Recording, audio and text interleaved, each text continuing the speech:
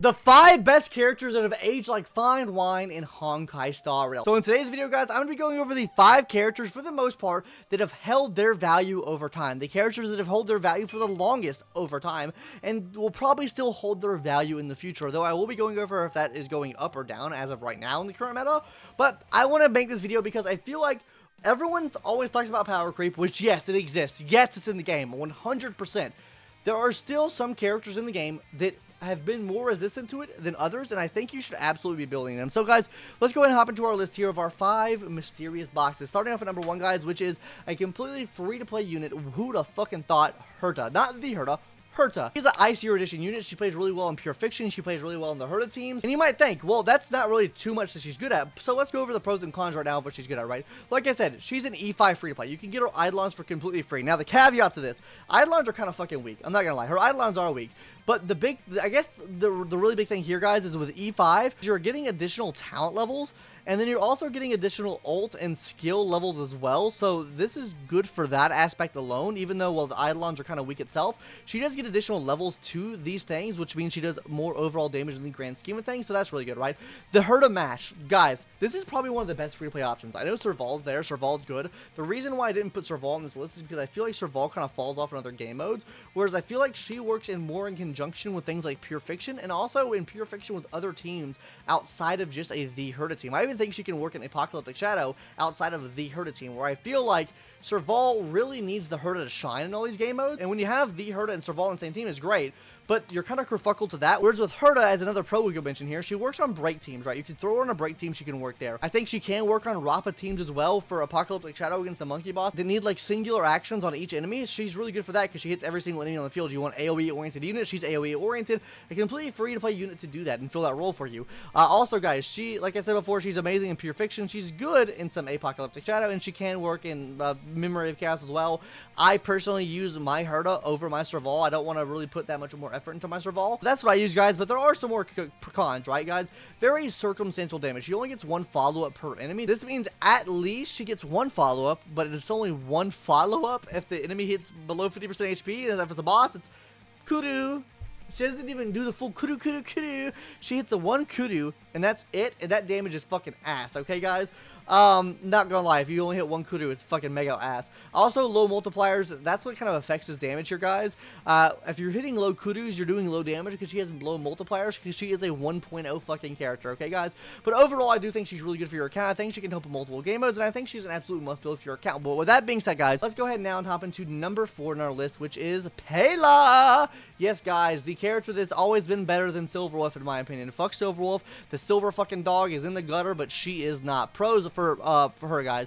First of all, free to play. She's a 4-star. You can get her for absolutely free. You can get her from a selector even. So that's also a very big pro for her. Secondly, easy build. You build effect hit rate. That's really it. That's like the bare bone build for her, right? Effect for hit rate speed. That's really all you need for her, and you're good to go. Now you could build in some damage if you want to do that. I don't really do that. The damage is kind of meh in my opinion, which is what we have in the con section over here. Damage is meh. But the biggest thing she has, guys, 45% AoE defense down. This means she hits every enemy on the field and gives them a 45% defense shred. That is absolutely massive. That is on par with what a level 10 ult from Silverwolf does to 1 enemy. Now, again, single target scenarios, Silverwolf is better than her, but what do we have in the game that's really single target at this point? Everything is really shifting towards an AoE meta.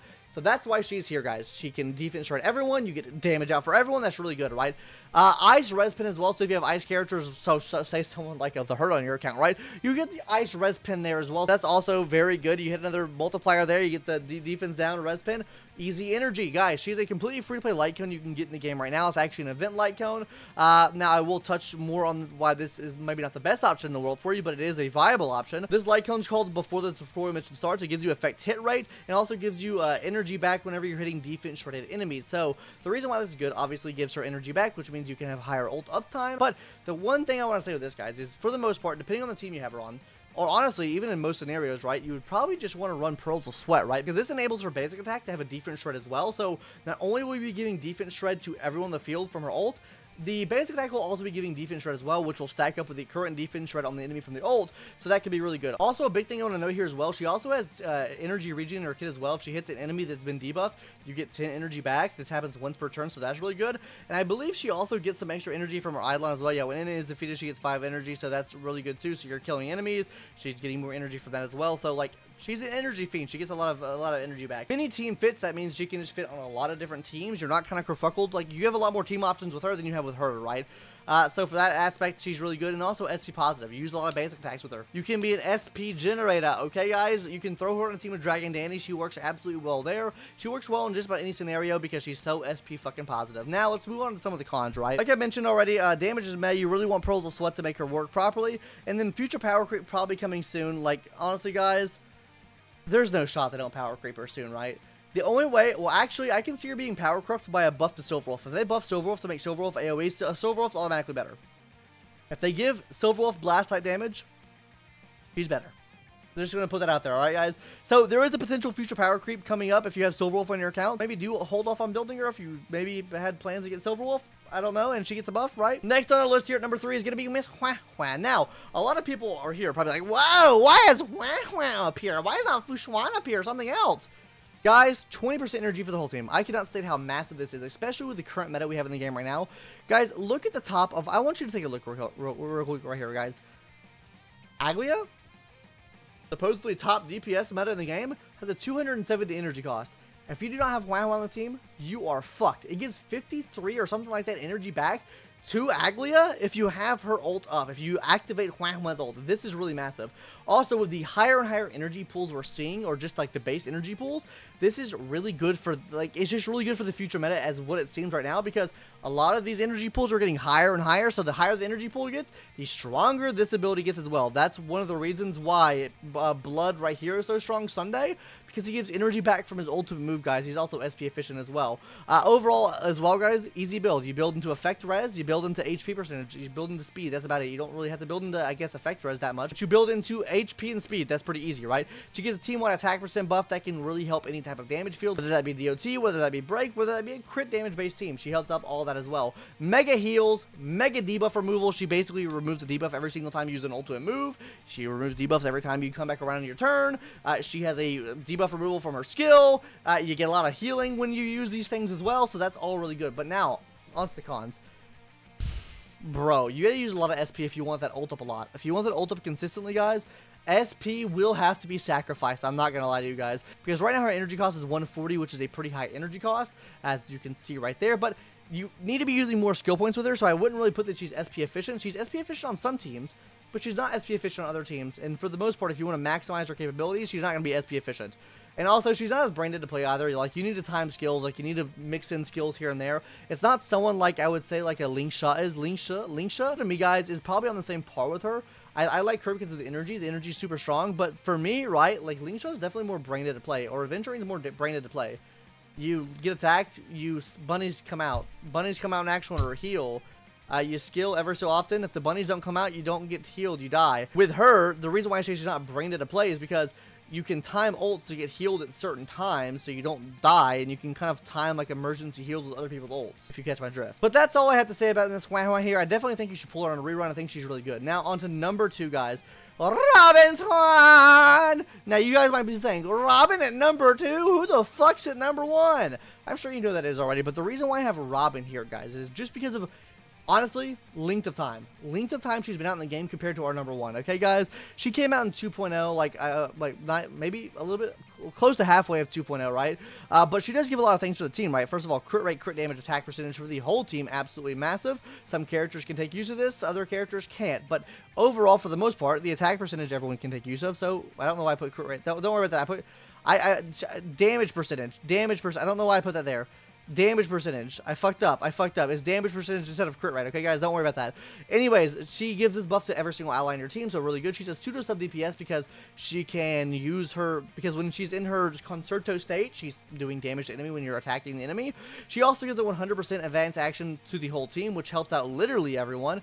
Namely Memo Sprites. Memo Sprites take massive use of this. Also, Memo Sprites as well are really good because she can charge up her energy a lot faster with having Memo Sprites or additional units on the team. The more units attacking, the more more you do attacking, the more energy she gets back, which means the more ult uptime you have, which we'll talk about the high energy cost in a second here. But number 4, guys, she has a lot of combos she has a lot of combos, right? She fits on a lot of teams. We already kind of explained that earlier. And then finally, Remembrance True Damage. Guys, this is massive. You can use your Remembrance MC, put the buff on her, and then her little things just give true damage. And this thing's up for so long because when you're in the Concerto state, she doesn't use a turn. So you can practically have this up for the full battle if you can manage your ult time well. You can put 1 on her and just have true damage up for additional attacks you're doing with her the whole fucking time. It's absolutely massive. It works really well, and it actually gives you pretty good damage as well back. If you have her, the better you have her built, the more damage you're getting, obviously, but super fucking amazing there. Now on to the cons. High energy cost. This bitch has, oh my god, dude, she has such a high energy cost, it's unreal. Now, why? I mean, her shit's fucking strong as shit. It's a 160 energy cost. But high energy cost, so if you're not playing her in the correct team, her energy region is going to be inconsistent. So follow-up teams, you really don't have much of a problem because you have this up basically at all times. But if you don't, I fear you might be cooked, yeah boy. And then the final point I want to bring here is, not as brain dead to play, guys. You really want to, in most situations, if you're doing 0 cycles or even you're struggling with like doing a 5-cycle clear, you want to play her correctly. You want to be timing up when she needs to action advance. You want to be timing up when you use skills to get extra energy back, to fucking bring back at the right time and do your maximum amount of damage output. So she's not as brain dead to play. Auto, throw that shit out the window. This shit ain't gonna work that well on auto. Like, it can work, but it doesn't work that well, right? But gamers, now on to number 1. But before we get into that, make sure you hit the subscribe button now, gamers. A lot of you are not subscribed to the channel. If you like what you see so far, if you've watched to this point in the video, hit that subscribe button now, or maybe you just got scammed. You should hit it anyways. Anyways, gamers, we're going to Japan very, very soon. I might be in Japan when this video releases. I probably am in Japan right now when this video released. So if you want me to get something cool in Japan, leave it in the comment section down below. Anyways, guys, back to the video now, which is going to be our number 1 pick here, which is, who would have thought, Ruan Mei. Now, Ruan Mei, guys, hey, she has been out since the 1.0 era, or the version, the 1.x era, okay? And honestly, she is still at the top of every tier list. After this, we're going to go over who's gone up in value, who's gone down in value, because I do think that's pretty interesting to talk about. But guys, overall, she offers you some pretty unique things. First of all, she gives damage increase. Pretty cool. A lot of people do that, right? Secondly, she offers res pin. Pretty cool. Some people do that, right? She gives it with her ult. Secondly, break effect. Break effect, really cool. Yes, we love break effect. Now, break efficiency is increased. Break efficiency, a pretty unique thing. Not many characters have this. This means you can break the enemy shield faster. This is absolutely amazing. This is very unique to her kit. Also, this is going to be very unique to her and maybe 1 or 2 other characters. I can't think of them off the top of my head right now. Secondly, guys, another unique one. Enemies are broken longer. This means that you break the enemy, you put a little flower on their head from their ult, they break, and then they back down and re-break, right? So if you break them with something like imaginary, right, then bitches are knocked out for a while, aren't they? Yeah, because they're just gonna re-break again and fucking push back in the action order even further, right? And then she also gives some sub DPS level of damage. I don't want to like put that out that she doesn't, because she definitely does, but universally works. I mean, it's pretty much the same point for her, right? And now let's go on to the cons right now, into our final section of the video, guys. Seems to be falling off a bit now. Yes, guys, I feel like Ruan Mei, for me personally, has been falling off a bit more and more. I've been using her less and less and less. I've been using Robin more and more and more. So for this aspect, I'm going to go ahead and put a little up arrow for Robin here, because I do think Robin's been getting better and better and better, while she's been getting worse and worse and worse. And honestly, and I think in due time, maybe a patch or 2, I can definitely see her getting moved down to this tier here, to the tier 0.5. Because I think that's where she belongs for the most part. I think she is getting to that point where she belongs down here. I do think the reigning supreme queen of the game is Robin in terms of buffs. I think Trey's a close second, or Tribby could be up there, honestly, with her. Like, they're pretty neck and neck. But I do think that Tribby, at this point in the game, outclasses Ruan Mei. I do think Robin outclasses at this point in the game Ruan Mei as well. So I think for that aspect, she's been going down in value. She's been going up in value. Honestly, for HUO HUO, I feel like she's been going up in value, bro. The energy, the amount of energy we're getting for these characters now in the game, these DPS, fucking up on the list, in my opinion. For PELA, for me, she either goes up or down. If, like I said before, guys, if the Silver Wolf release happens, she goes down. If not, I think her value is either the same or going up a little bit, just because of the fact that, like, 45% AoE defense shred, super nice. And then finally Herta, right, guys? I feel like Herta's value has been going down a little bit. If I'm going to be completely honest with you guys, not to say she's bad, because I still think she clears in-game game modes like that right there. And for being a free-to-play character, I think she's still an absolute must-build for your account. We have a build guide on the channel already for most of these characters, if not every single one of these characters. We have a build guide out for all these characters. So go ahead, and go to the videos and watch all the build guides if you want to see builds on all these characters. Anyways, guys, that's going to do it for today's video. Tell me what your thoughts are in the comment section down below. Do you agree with my picks or do you not agree with my picks? Who do you think should have been on this list? Who do you think shouldn't have? Hopefully you enjoyed, and I'll see you in the next one, guys. Later. Bye-bye.